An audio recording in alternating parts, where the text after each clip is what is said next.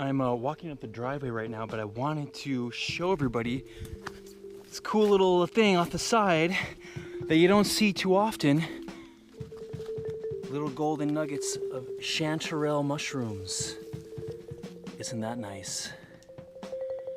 That is as good as it gets. There's another one right here. Oh.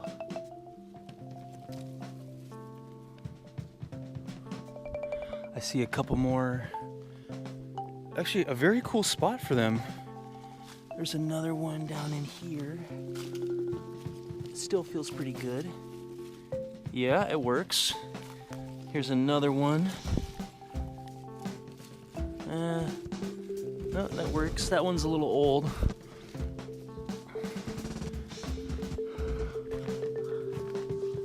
I'm watching out for the poison ivy. Wow. Absolutely love these. So what I'm going to do is put them in the sun to dry a little bit, and then I'm going to wash them off.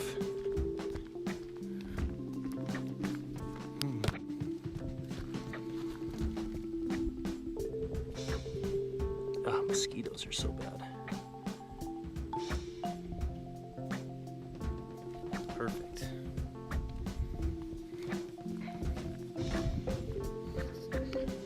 Check out these Nanking cherries. Looking really good. This is God, one of those things, you know, they grow so quick. Another Nanking. A lot of different hostas in here, which is a cool shade. Actually, some comfrey's making its way in, which is so nice to see. I don't even think that was planted there, to be honest. I think it sends out, you know, rootlets and it finds its way. It is, I believe, August 14th, 2016. And I've got the rocket stove heater going. I almost treat it more like a campfire, and it does pull in, but usually if I'm cooking something, I'm gonna cook it right on top of the flames here, or the coals. We could have some sort of platform right up there, and then of course there's that platform, and you could always have a smoker in the back, but this is getting pretty warm. It's definitely keeping the mosquitoes away. I went through here with a push mower and made these really cool pathways, and you can see the hardy kiwis are finally really becoming a force. Like, they're really taking over the wall. There's one here. There's actually another right back here. So it's hard to say. Here's the vine. And it goes up. I don't even know if I have the tags anymore. I should plant a few more just to make sure there's more pollination. But what's really cool is that we got Honeycrisp apples for the first time, but the trees don't look all, I mean, there's two Honeycrisps right next to each other. Doesn't look all that healthy, this one on the right. This one on the left looks pretty good. A little bit of fruit off of this one on the right here. Also a lot of competition from raspberries that came in. I mean, you wouldn't believe how many times I put cardboard down and they just creep up and pop up really fast.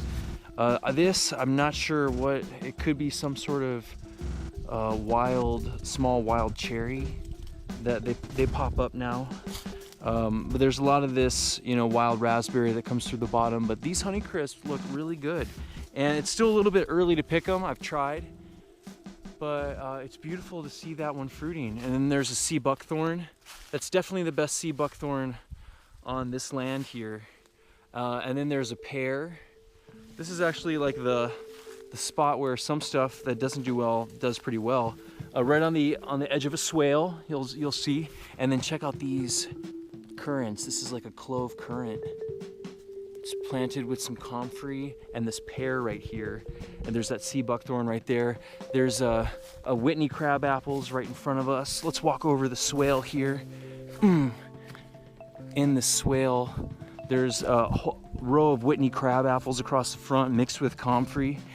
And then there is some fruit set, but I'm almost wanting to take it off because it's been attracting raccoons that have been breaking the branches off, trying to climb and get the apples. You'll see some broken branches.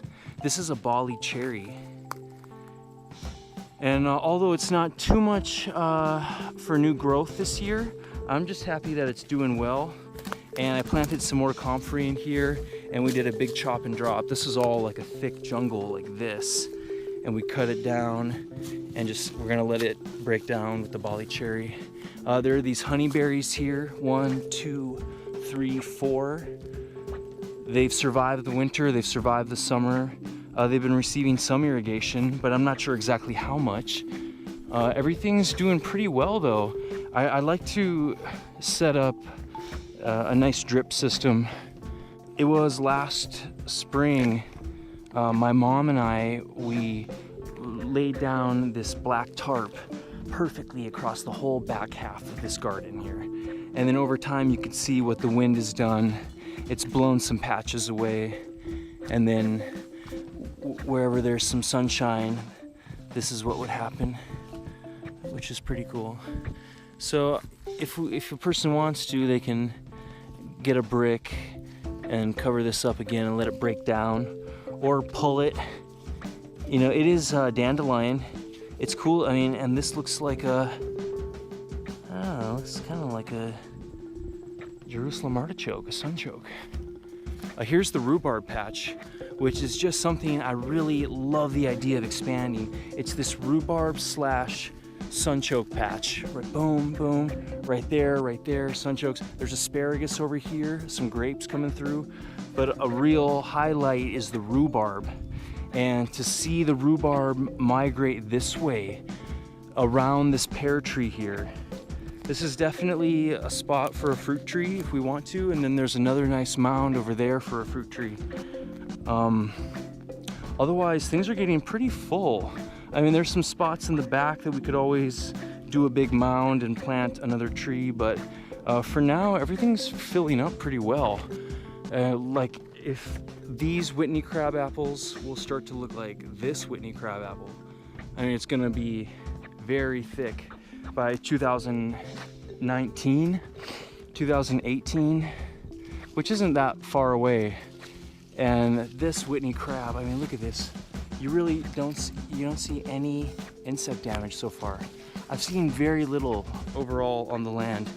You know, here's some that I picked earlier. There's just not a lot of insect damage. Maybe this, something like that. And that could even be from a bird maybe, I'm not sure. Oh yeah, check this out.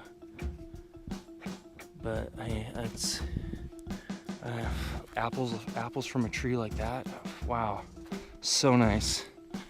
And then consistently lots of comfrey going through, and the raspberries. And then it comes into a nice patch of oregano that I've since transplanted to other parts.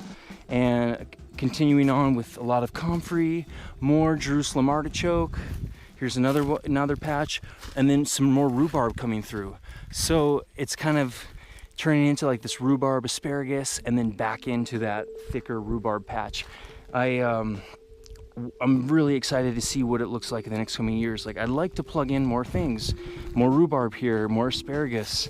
I love the idea of having the asparagus growing throughout, and then this beautiful patch. I mean, the deer really are nibbling on this, or maybe some other animals are, but there are rabbits up here now, so they could be eating some of it, but I just love that it's established. And then of course the raspberries, which I'm going to give a topping probably like 6 to 8 inches right around here, and then next year everything will grow really strong.